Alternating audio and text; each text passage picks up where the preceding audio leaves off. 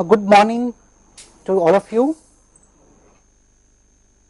and welcome to this fourth lecture on the subject of digital signal processing, its applications. We've had two lectures where we have not really answered any questions from the class, and therefore let us begin this lecture by first asking whether you have any questions which need to be addressed. So I would request you to raise your hand and ask the question. I will repeat the question and I will answer the question in sequence. Yes? So yes, I have one question from here. There was a reference about analytic signal in the class. Okay, so the question is, there was a reference to analytic signals in the class. What exactly are analytic signals? Analytic signals are signals which have continuous derivatives of all orders. The signal itself is continuous, its derivative is continuous, its second derivative is continuous. That means in some sense an analytic signal is just about as smooth as you can get. It's the smoothest possible. It's a class of signals. Analytic signals form a class of signals which are as smooth as they can be. They have infinite number of continuous derivatives. Okay? Yes. Any other questions? Yes. So basically, while we are sampling, yes, the spectrum is getting repeated at every okay. sampling. Yes. Yes. But we should not make the signal like infinite energy because spectrum is. Okay, that's a very good question. So the question is, when you sample a signal, our reasoning was that the original spectrum is repeated at every multiple of the sampling frequency. Isn't it? You take the original Fourier transform of the signal, move it to every multiple of the sampling frequency, then you reflect it or mirror image it and put it also at every sampling frequency, and all these copies are added together to give you what constitutes the sample signal. And the question that is asked is, does this not mean that a sample signal has infinite energy, because you have so many infinite copies, all of them contain some finite energy, so therefore the sum of all of them must diverge in terms of energy? Well, the answer is yes. In fact, what happens when you sample? Let's see. So, what we are doing here is first answering some questions, isn't it?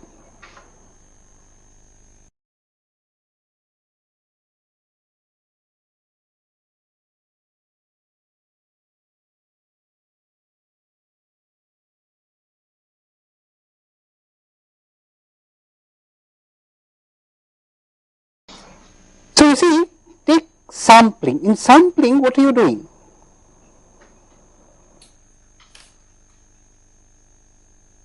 You have this original continuous signal.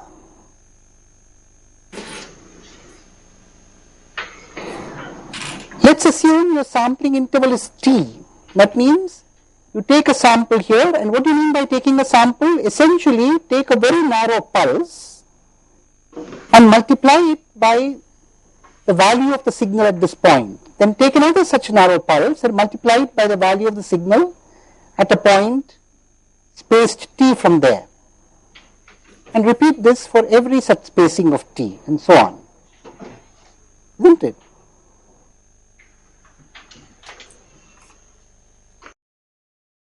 What really is this pulse? Where is this pulse going? You know, let's focus our attention on the point of sampling. What was happening when you added all those sinusoids? When we took a pure sine wave and we sampled it, and we looked at the point of sampling, considering that many sine waves have the same samples at those points, we said all of them, when they come together, they form the, they add constructively at the points of sampling and destructively elsewhere, isn't it? What happens at the points of sampling? They add constructively. That means the amplitude starts diverging, isn't it? And of course, at all other points they add destructively, so it's over an infinitesimally narrow region that you have a constructive interference. Everywhere else it is destructive. Now, how do we represent this process? We represent this process by a limiting concept called an impulse. What is an impulse? An impulse can be construed as an object. Note, I am not quite calling it a function, I am calling it an object. It's a generalized function.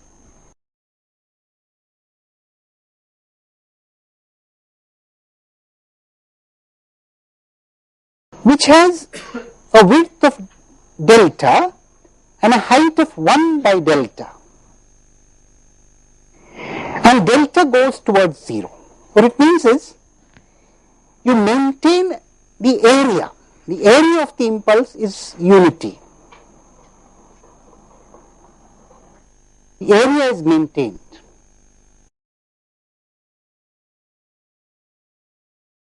But if you look at the energy, or what can be called the energy here, maybe a little unfairly, the energy is essentially, see how do you, now what do you mean by energy? You must think of this as a voltage being applied to a 1 ohm resistance. So the current flowing in that resistance would be 1 by delta, right, over that interval of delta. So how much of power would be consumed? It would be 1 by delta squared times R, right, that's 1. And what is the total energy for, this happens for a time delta. So the total energy consumed is 1 by delta the whole squared into delta, which is 1 by delta. So it's 1 by delta squared into delta, and this diverges. So the energy in the impulse diverges as delta tends. So you see, for an impulse, is the energy tends to infinity. And that actually is what is happening in sampling. So in the limit, if you take idealized sampling, you are actually talking about an infinite energy process. But of course, sampling is never ideal. So what happens in practice is you don't have impulses, you have pulses. So they have finite energies. For any small but not 0 delta, 1 by delta squared times delta is a finite quantity, right? So in practice you have finite sampling intervals, and therefore you don't quite get idealized sampling, and the manifestation in the frequency domain is that all the copies don't have the same height. Moreover, hopefully if your pulses are narrow enough, the original spectrum, the main, the real, the true person, the true spectrum is not affected seriously. But all other copies are distorted. Our reasoning was that the original spectrum is repeated at every multiple of the sampling frequency.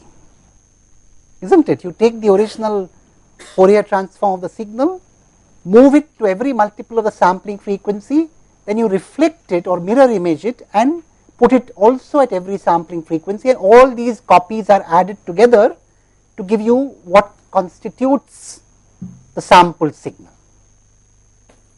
And the question that is asked is, does this not mean that a sample signal has infinite energy, because you have so many infinite copies, all of them contain some finite energy, so therefore the sum of all of them must diverge in terms of energy? Well, the answer is yes.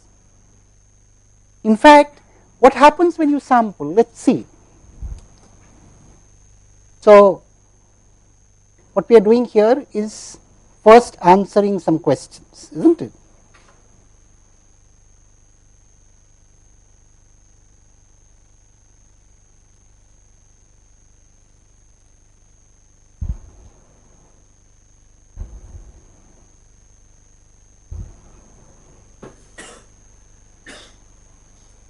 So you see, take sampling. In sampling, what are you doing?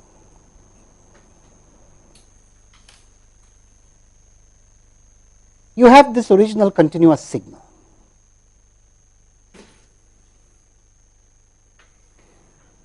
Let's assume your sampling interval is t.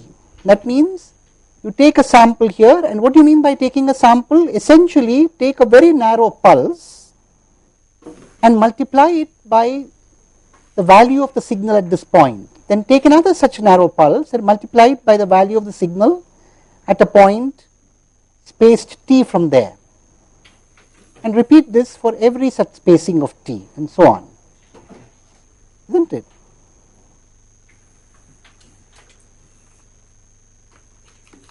Now, what really is this pulse? Where is this pulse going? Okay. Let's focus our attention on the point of sampling. What was happening when you added all those sinusoids? When we took a pure sine wave and we sampled it, and we looked at the point of sampling, considering that many sine waves have the same samples at those points, we said all of them, when they come together, they form the, they add constructively at the points of sampling and destructively elsewhere, isn't it? What happens at the points of sampling? They add constructively. That means the amplitude starts diverging, isn't it? And of course, at all other points they add destructively, so it's over an infinitesimally narrow region that you have a constructive interference. Everywhere else it is destructive. Now, how do we represent this process? We represent this process by a limiting concept called an impulse. What is an impulse? An impulse can be construed as an object. Note, I am not quite calling it a function, I am calling it an object. It's a generalized function.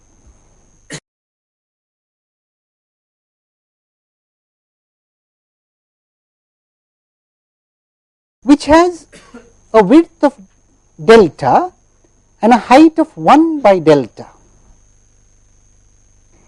And delta goes towards 0. What it means is, you maintain the area. The area of the impulse is unity. The area is maintained.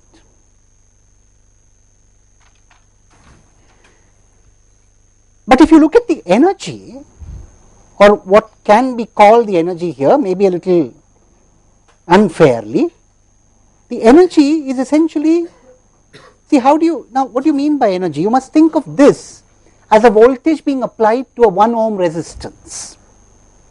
So the current flowing in that resistance would be 1 by delta, right, over that interval of delta. So how much of power would be consumed? It would be 1 by delta squared times R, right, that's 1. And what is the total energy for, this happens for a time delta. So the total energy consumed is 1 by delta the whole squared into delta, which is 1 by delta. So it's 1 by delta squared into delta, and this diverges. So the energy in the impulse diverges as delta tends. So you see, for an impulse, the energy tends to infinity, and that actually is what is happening in sampling. So in the limit, if you take idealized sampling, you are actually talking about an infinite energy process. But of course, sampling is never ideal. So what happens in practice is, you don't have impulses, you have pulses. So they have finite energies. For any small but not 0 delta, 1 by delta squared times delta is a finite quantity, right? So in practice you have finite sampling intervals, and therefore you don't quite get idealized sampling, and the manifestation in the frequency domain is that all the copies don't have the same height. Moreover, hopefully if your pulses are narrow enough, the original spectrum, the main, the real, the true person, the true spectrum is not affected seriously. But all other copies are distorted by the process of sampling. Okay? So the answer is yes. In fact, sampling is indeed an infinite energy process, and we have to treat it like that. Good, very good. Any other questions before we proceed? Yes, there's a question there.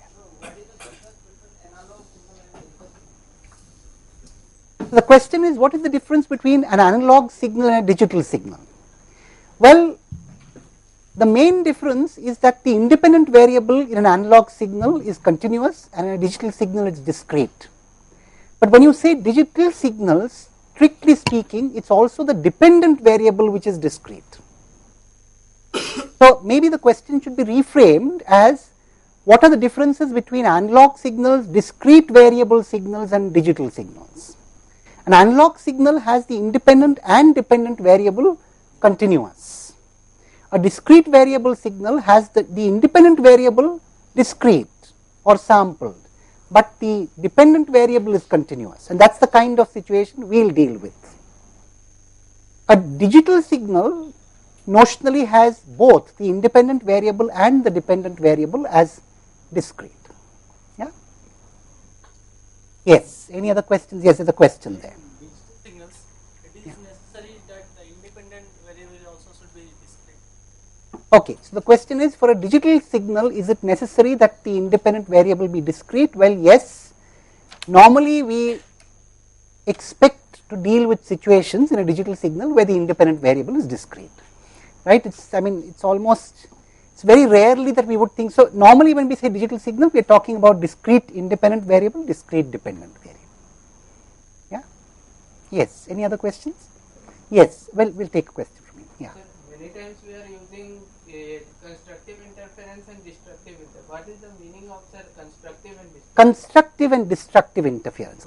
Destructive interference means all of them come together to annul one another. So they go towards zero. When they add, as you add more and more and more terms, they all fall to zero. They all cancel one another out in the sum. That's what destructive interference means.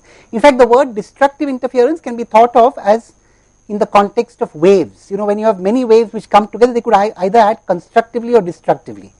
If they add constructively, their amplitudes go up. If they add destructively, their amplitudes go down. The sum has an amplitude which keeps falling as you bring in more and more terms. That's what I meant by destructive interference. Yes, please. So what is the difference between Fourier series and Fourier transform? So the question is, what is the difference between a Fourier series and a Fourier transform? Well, a Fourier series applies only to a periodic signal, right? So it's only when a signal is periodic that you can talk about its Fourier series. That too, of course, it satisfies certain conditions called the Dirichlet conditions. In addition to being periodic, we won't go into that nicety here. But anyway, for reasonable periodic signals, which are not too peculiar, if you may allow me to say that, you can decompose them as a sum of sine waves, all of whom have frequencies which are multiples of the frequency of the original periodic signal. Now, the amplitudes and phases of those sine waves constitute what is called the Fourier series representation. Now, take an aperiodic signal. An aperiodic signal can be thought of as a periodic signal with its period tending to infinity, and therefore the fundamental frequency tends towards zero, and that means instead of having a collection of discrete frequencies, those frequencies come infinitely close, infinitesimally distant from one another, and therefore instead of a discrete set of points on the frequency axis, we now need to deal with the whole continuous frequency axis, and that becomes a Fourier transform. Okay? Yeah. Yes, please. Yes. While we do sampling, as sinusoidal signals are periodic at 2 pi, we added 2 pi nk. So any integral multiple, integer multiple of 2 pi will be a periodic one. So why do we need two variables, n and k? Could you repeat the last part of your question? Why do you need two variables? Two variables, which are integers, n and k. Oh, all right. So I'll repeat the question briefly, or I'll try and put the question in context. You see, the question is, when we were trying to understand the effect of sampling, we introduced, what we call a wraparound multiple. That is, we introduced the term 2 pi nk, and we said if you add 2 pi nk to the phase, it makes no difference to the sine wave at all. That's how we analyze that there are several sine waves which have the same samples. Now the question is, why did we need to put n times k there? Well, we need to put n times k because I need one time index and the other one, to give you the multiplicity of possible sine waves which can come in. So k is the index which gives you the multiplicity of sine waves which can play a role there, and n is the index which tells me the variation in time. Right, so I need a time index and a multiplicity index together, right? Nk together makes an integer, but I need to recognize that there are two kinds of multiplicities which I can bring in, two kinds of, ambiguities, right? One is, well, it's not really time, I wouldn't call it an ambiguity, it's essentially just a function of time, but the ambiguity comes from k. Is that right? Yeah. So, any other questions? Yes, yes, yes. If we are sampling a band pass signal, then Yes. which filter we have to use to reconstruct that band pass? Well, the question is, if I am sampling a band pass signal, which filter should I use? Well, he is asking me to answer the challenge which I want. Right, so that's a part of your challenge. Yes, any other questions? Sir, I have just. Okay, good. So write down your answer. Now, any other questions? Yes. No, let's take questions from other people also. Yes, yes.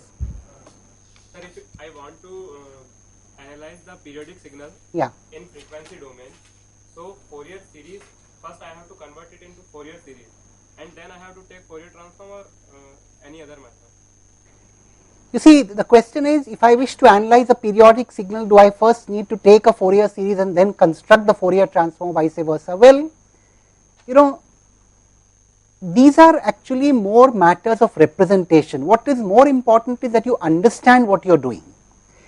When you are taking a Fourier series, you are thinking of the periodic signal as a combination of sine waves. Now, it does not matter whether you write them in one way or the other on the frequency axis. What is important is that you appreciate that when you go to the Fourier series, you are essentially thinking of the signal as a combination of discrete sine waves with discrete frequencies, and then whatever you do should be done with that understanding. It does not matter how you represent it.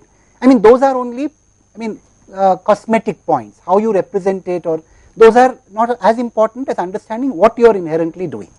I would always encourage a student to understand what he is doing in the transform domain rather than worry about the representation so much. Yes, yes.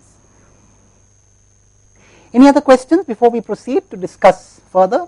Yes, we will take maybe just a couple of questions. Yes. If we are sampling with a pulse, Yes. finite energy Yes, pulse, yes. then what will be the energy distribution between different frequencies? That's a good question. So the question is, you know, if you were to sample with a finite pulse, not an infinite pulse. So, you know, here, let me go back to this drawing.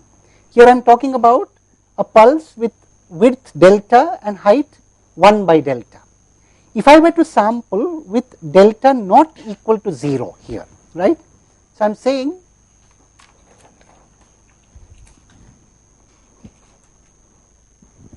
sample with delta not equal to 0, right, or delta finite non-zero.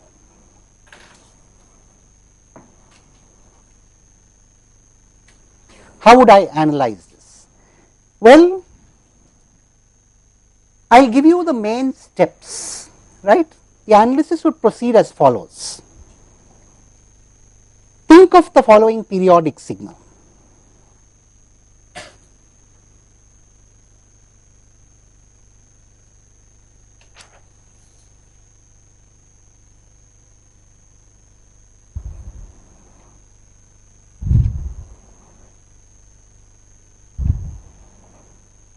So here we have a periodic signal. We will assume that delta is much smaller than the sampling interval. We can write a Fourier series for this periodic signal.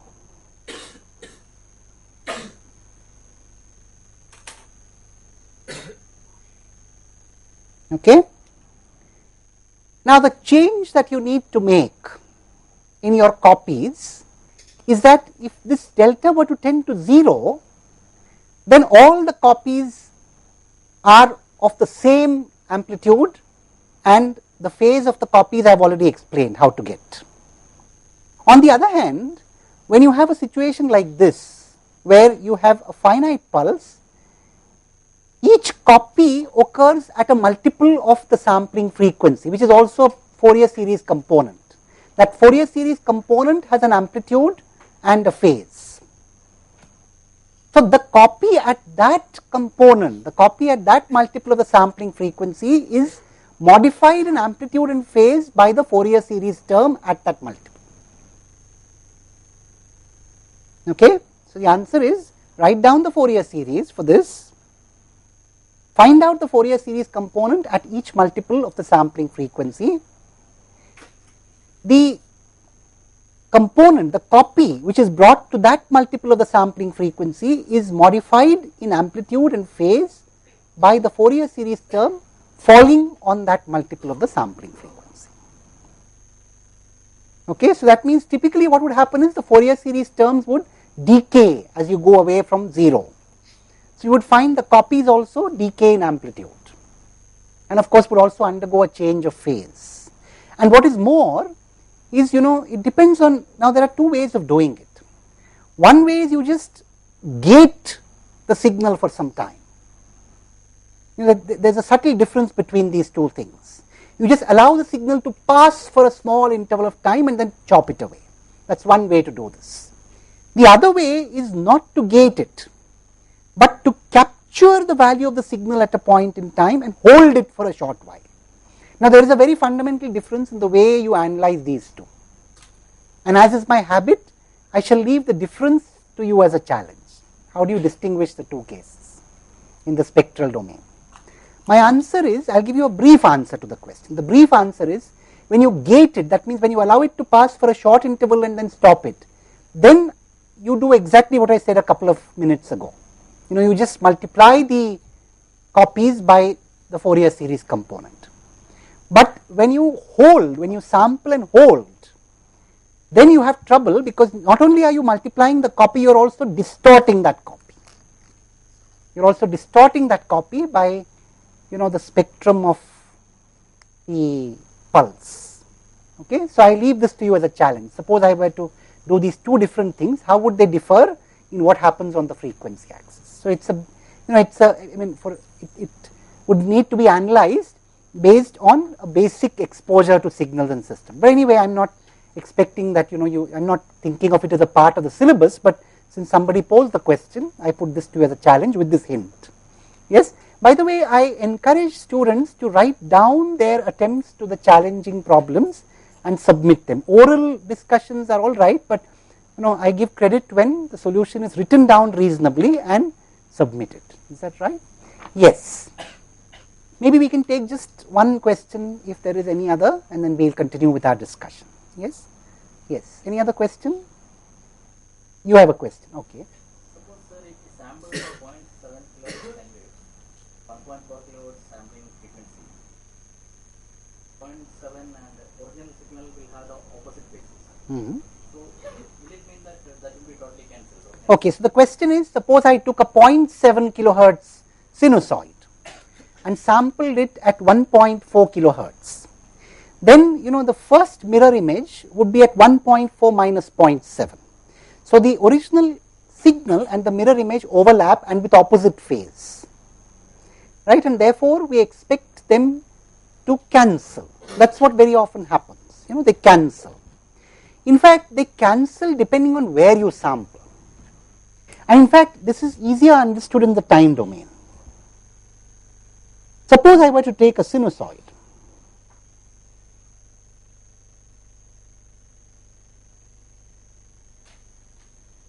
Now, when you say that the sinusoid has a frequency of 0.7 kilohertz and you are sampling at 1.4 kilohertz, another way to interpret this is that you have a sampling rate twice of the frequency.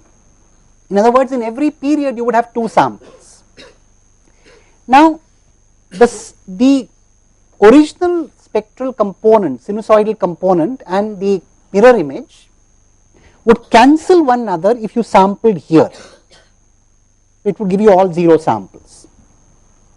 On the other hand, if you were to sample here, they would not cancel one another.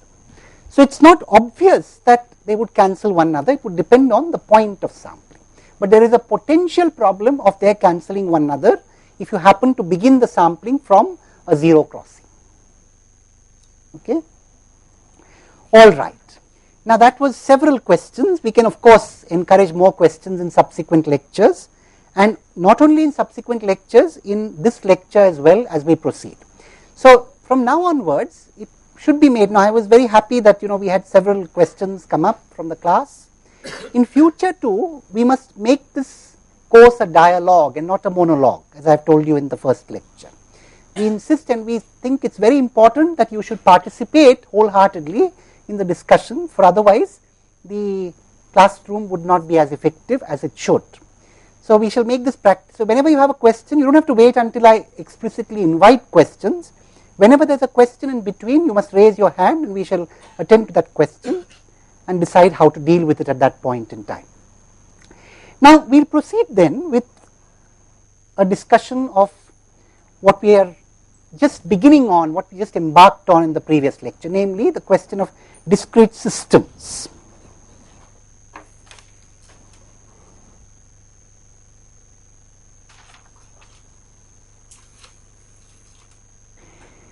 Now, we'll review once again what we mean by a discrete system. A discrete system is a system where you have a sampled input.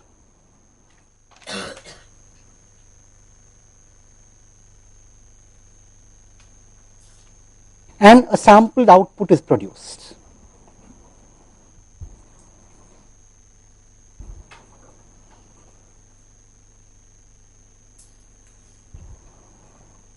We had agreed to call this input x of n and output y of n, and we associated n with the sampling index.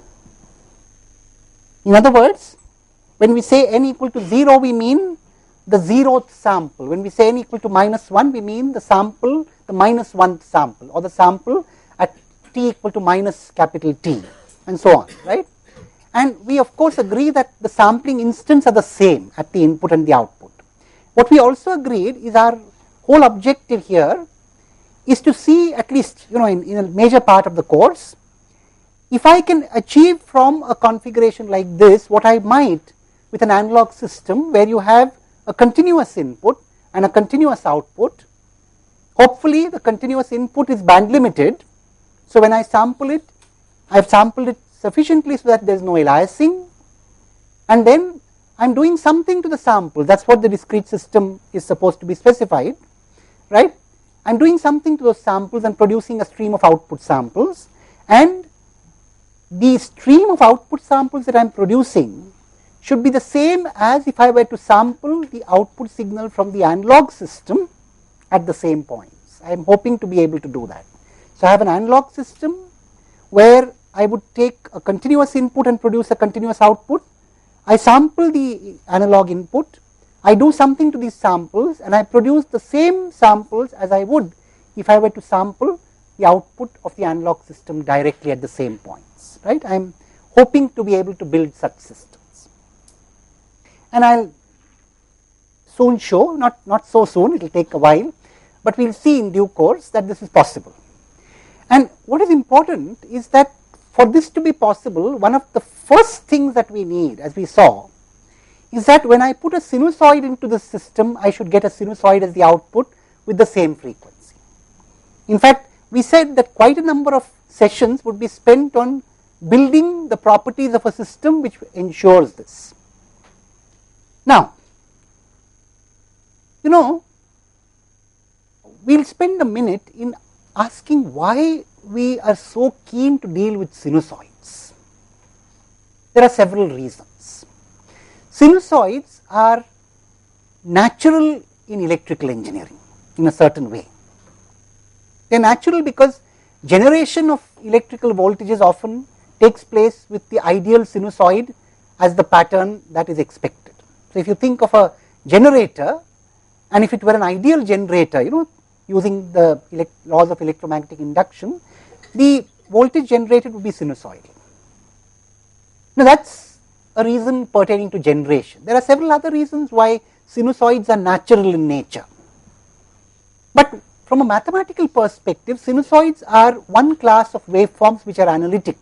They are probably the smoothest kind of waveforms that you can get, and they are self-replicating under derivatives and integrals and addition.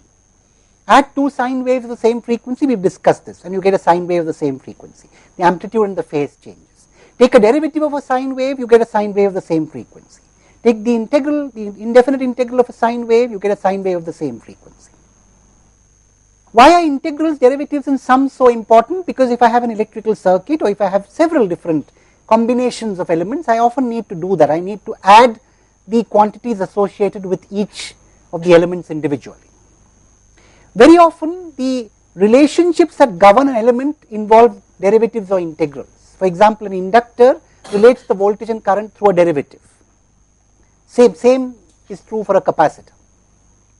So the derivative of the integral is often ubiquitous in several systems. It occurs very frequently. And therefore, it's a good idea to see if you can have a waveform which remains as it is in form as it goes through different kinds of operations. The sine wave is a good answer. A more general answer is what is called the exponential, but we'll come to that slowly later. At the moment, the sine wave is a good candidate, and therefore, we would like to deal with sine waves in a decoupled way, right? So, let's put that down. Yes, there's a question. Analytic for sine waves. Yes. By definition, analytic means the negative frequencies to be zero. Well, the question is, sine waves are analytic, but then, we talk about negative. Now, let me postpone the answer to this question. I think there's a confusion in this question. The question was that negative frequencies should be zero. Here we are not talking about positive or negative frequencies at all at the moment, right? So let's not bring in that point in the discussion at all at the moment. It's a little premature. So, yeah, so we wish to decouple dealing with sine waves of different frequencies.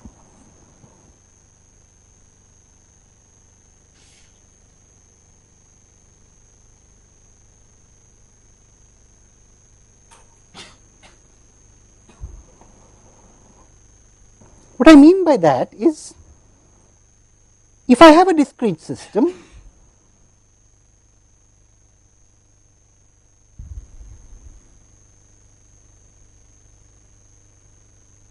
I give it a sine wave, A0 cos, now it does not matter whether you write cos or sine.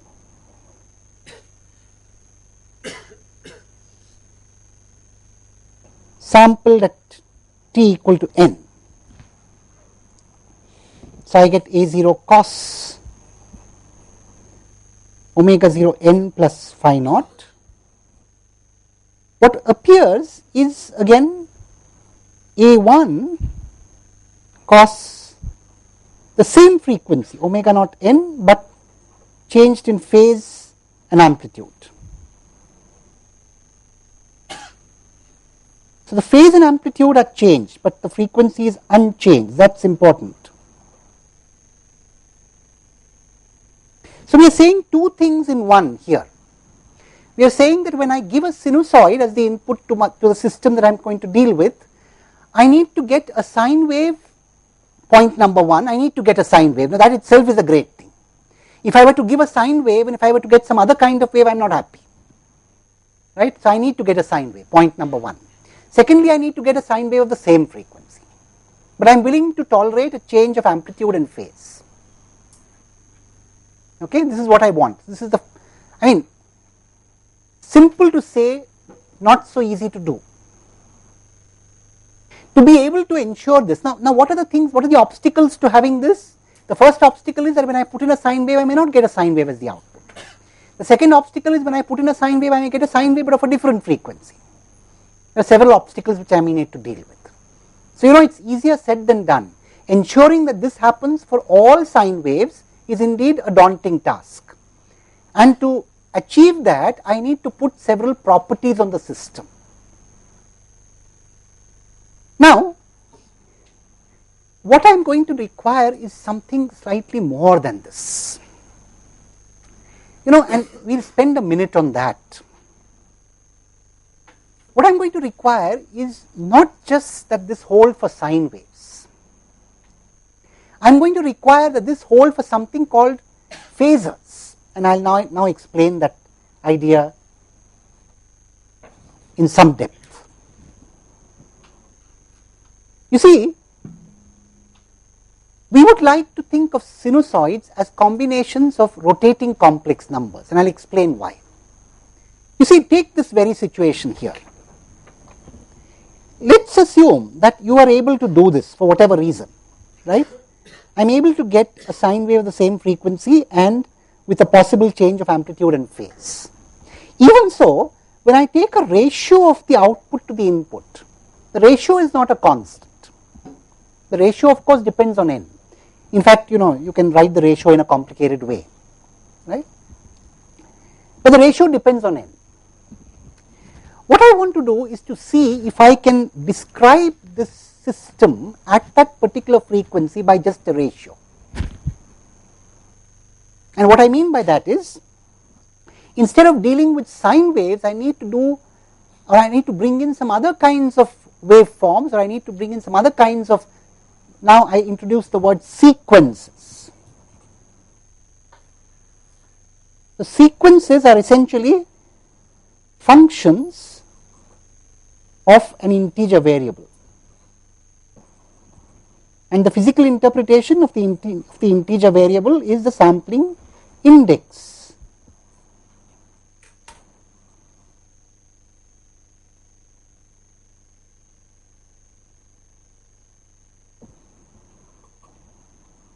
I said functions maybe a little carefully, but we need to qualify whether I am talking about real functions or complex functions.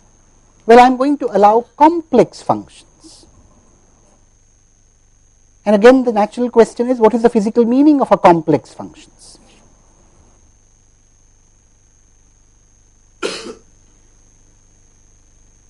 If I sample a real signal, I am certainly not going to have complex values. So where would complex signals come from? Well, complex signals for the moment should be thought of as hypothetical extensions of real signals. So you could think of them as two real signals, one for the real part and one for the imaginary part. And we will use complex signals as a tool to deal with real signals. For the moment, let's think of it with this reassuring note. So we don't really have complex signals in nature, but we'll allow the sequence to be complex, because sometimes it helps us to deal with real signals by bringing in complex signals for a while, doing some work with the complex signals and going back to the real signal, right? Now, in a minute we are going to use a complex signal. So you see, the complex signal comes in as follows. Suppose I were to take a complex number, rotating a complex number which maintains a magnitude of m, starts with an angle of theta naught and rotates at an angular velocity of omega naught. We know how to write this complex number in polar form.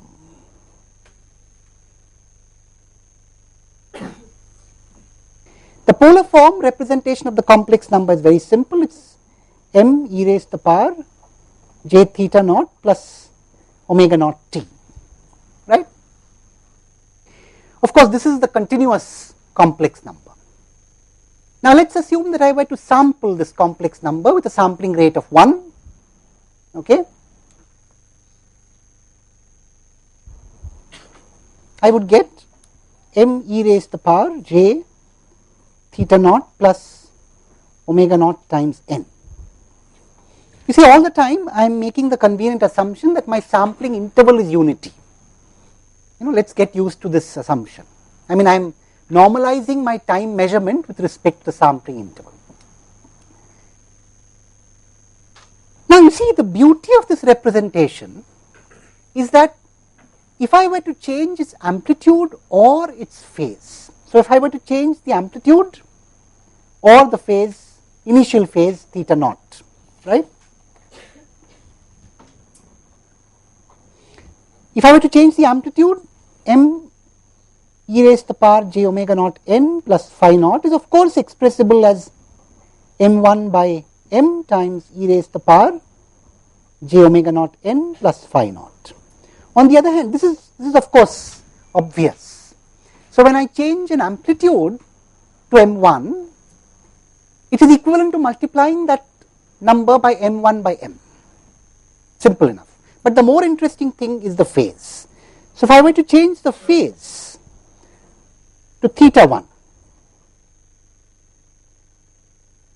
this could be rewritten as m e raised to the power j omega naught n plus phi 0 plus phi 1 minus phi 0. And of course that can be rewritten as m e raised to the power j omega naught n plus phi naught e raised to the power j phi 1 minus phi naught. So, in either case you have a multiplying factor here.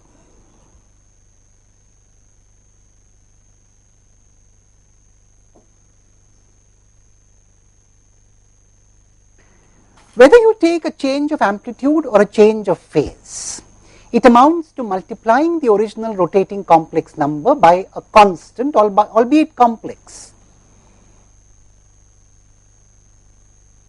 Okay, this is a significant observation. Unlike a sinusoid, where when I change the phase, it is not tantamount, it is not the same thing as multiplying the sine wave by a constant. But in a sine wave, of course, when I multiply the amplitude by, when I change the amplitude, is equivalent to multiplication by a constant.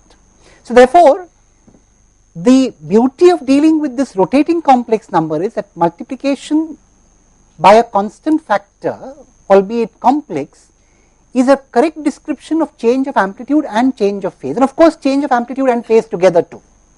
If I change the, and they are independent, if I change the amplitude to m1 and the phase to theta 1 or phi 1, it is equivalent to multiplying by m1 by m e raised to the power j phi 1 minus phi 0. So, you can take them together. That means, when I now put, it is very clear, if I have a system, instead of dealing with sinusoids now, if I were to deal with these, which we will call phasors. So, we call such a rotating complex number a phasor.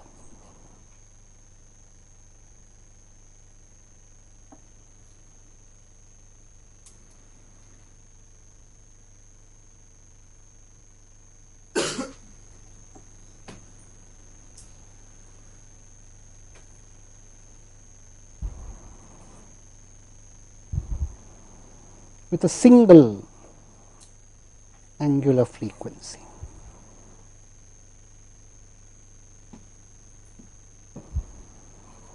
Let us denote it by omega.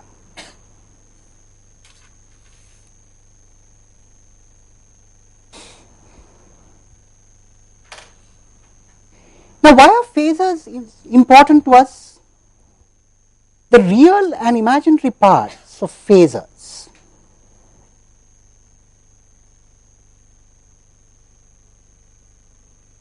are sinusoids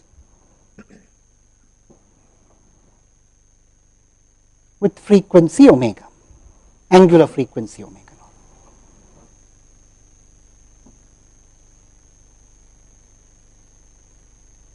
Okay, is that clear? That is straightforward, because we can even write down the real imaginary parts. Indeed, if you have a phasor m e raised to the power j omega naught n plus phi naught, this can be decomposed as m cos omega naught n plus phi naught plus m times j sine omega naught n plus phi naught. This is the real part and this is the imaginary part. Each of them is a sinusoid of the same frequency, omega naught. So, now I see the connection. I also see the advantage of dealing with phasors. You see, what I am going to do is, I am going to think of a sine wave as the real or the imaginary part of a phasor. And instead of dealing with the sine wave, I am going to think that it was the phasor which was applied to the discrete system, and this would result in a phasor coming out with the same frequency, but a possible change of amplitude and phase, right?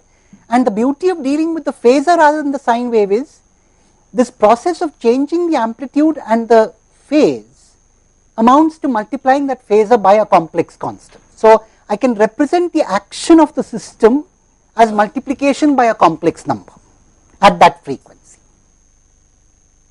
I want to be able to describe a system like that. Now, this requires some thought. Now, there is another way of looking at it. The other way is, I can think of a sine, of course, I can think of a sine wave as the real or the imaginary part of, but how do I get real or imaginary parts? You see, I must be able to get them with some kind of an operation. So, another way to think of it is, when I add two phasors, with the same frequency in opposite directions. What I mean by that is,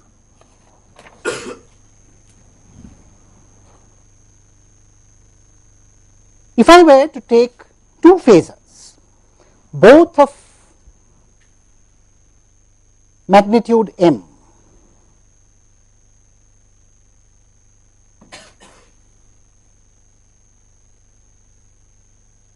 with opposite initial starting angle. So, it is like mirror images, the phasors are mirror images of one another.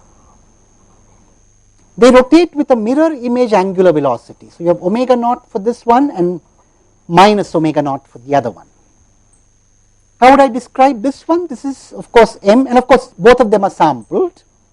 So, I have m e raised to the power j omega naught n plus theta naught, if you would like. And here I have m e raised to the power minus j omega naught n plus theta naught. They are complex conjugates. These phasors are complex conjugates. If they begin from the opposite starting angle, if they rotate with opposite velocity of the same magnitude, and if they have the same magnitude m, then they are complex conjugates. They always remain as complex conjugates. And on adding them,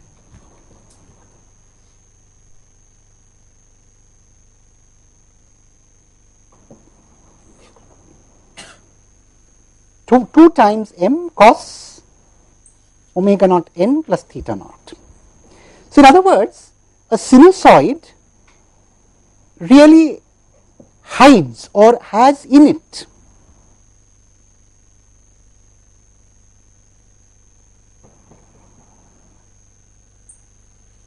two oppositely rotating phasors.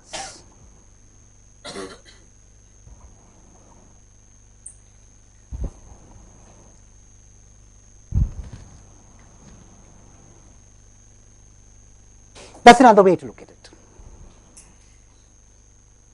Now, in many systems that I deal with in discrete time processing, it is sufficient for me to see what the system does to one of these two.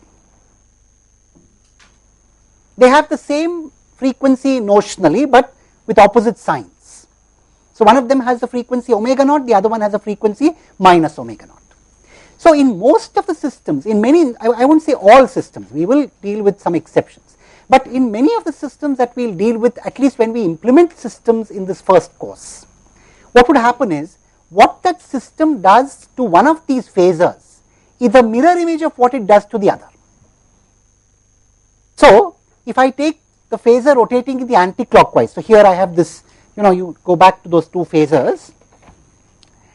Think of this phasor being applied to the system here, and then think of this phasor being applied to the system. When this phasor is applied to the system, what is going to happen is, out comes a phasor with the same frequency with a changed amplitude and phase. Apply this phasor, same thing, out comes a phasor with the same frequency means minus omega naught here, and a change of amplitude and phase. Now, what is going to happen in most of the systems that we are going to deal with, at least implement, is that the change of amplitude for both of these will be the same. So, both of them will be multiplied by the same m1 by m. But the change of phase here, that means if the starting phase goes from theta 0 to theta 1 here, the starting phase here would go from minus theta 0 to minus theta 1. So, the change of phase would be mirrored. That is what the situation would be in most cases. That means if I know what happens to one of the phases, I know what happens to the other. I do not need to analyze what the system does to both individually. And therefore, I can replace my analysis of the sinusoid by an analysis of what happens when I put one of those phasors into the system, because I know what it will do to the other phasor.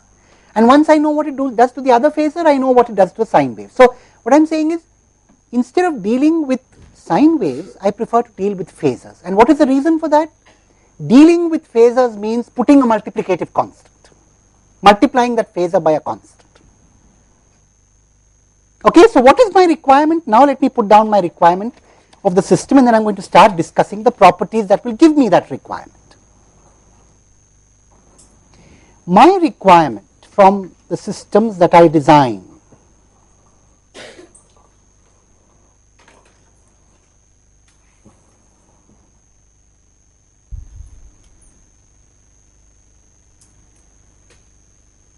my requirement is,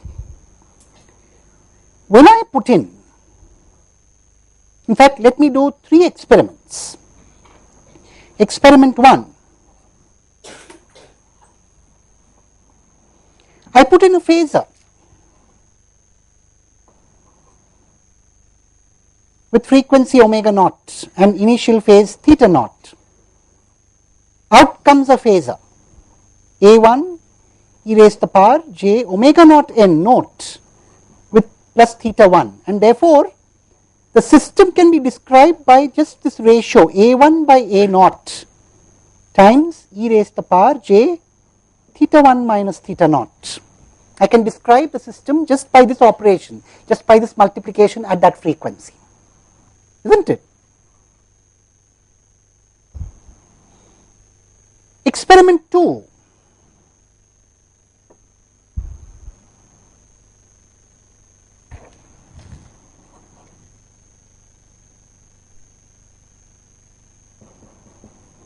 same system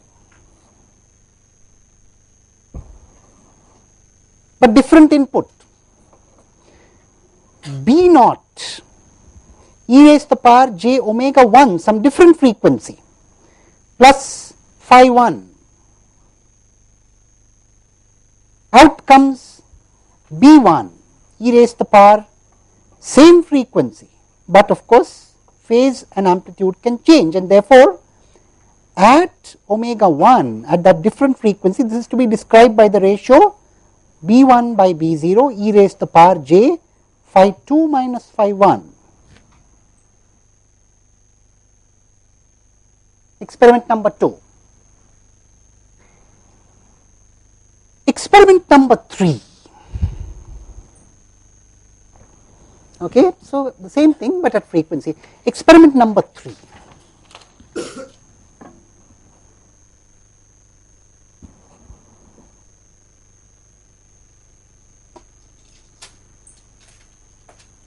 Same system. Now put in C0 e raised to the power j omega naught n plus phi 3, let us say, plus C1 e raised to the power j omega 1 n plus phi 4. Out comes D0 e raised to the power j omega naught n plus phi 5, if you like, plus D1 e raised to the power j omega 1 n plus phi 6, and that is not all. D0 by C0 is equal to A1 by A0. D1 by C1 is B1 by B0. First. Secondly, phi 5 minus phi 3 is equal to theta 1 minus theta 0, and phi 6 minus phi 4 is phi 2 minus phi 1. All this must be true. Just to remind you what these quantities are, A1 and A0 were the amplitudes in the first experiment. Theta 1 and theta 0 are the amplitudes in the first experiment. In experiment 2, the amplitudes are phi 2, phi 1, the amplitudes are B0 and B1, and the phases are phi 2 and phi 1. What we are saying is that the way the phase changes and the way the amplitudes change remains the same when I perform the third experiment.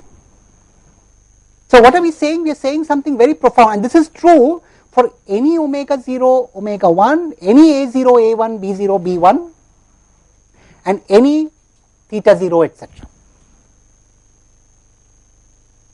So it is a very serious demand I am making of my system. In words, what is my demand?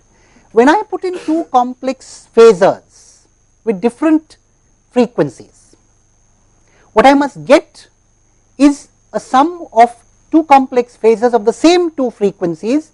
The way the amplitudes and the phases change should be the way they change when I give those as individual inputs.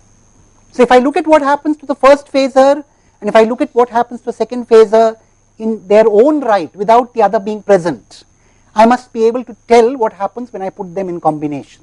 Now this is a very serious demand of the system, and to be able to satisfy this demand, I will need the system to obey many properties. I shall list the properties today, and we shall tomorrow take those properties up one by one. So, for this to happen, right, the system must be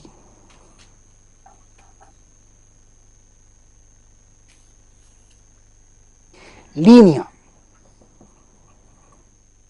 shift invariant, stable.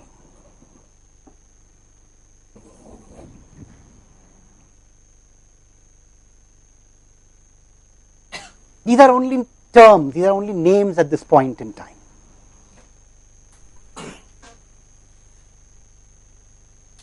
I need to qualify what these mean. So you see, just to make a remark here, I am sure that many of us who might have taken a primary course in signals and systems would have heard these terms before. But what is important is to understand why we bring in these terms. It is often that we start talking about system properties without understanding why we should discuss them in the first place. Why we need to discuss them in the first place is now clear. I want to build systems which have that requirement on phasors being obeyed.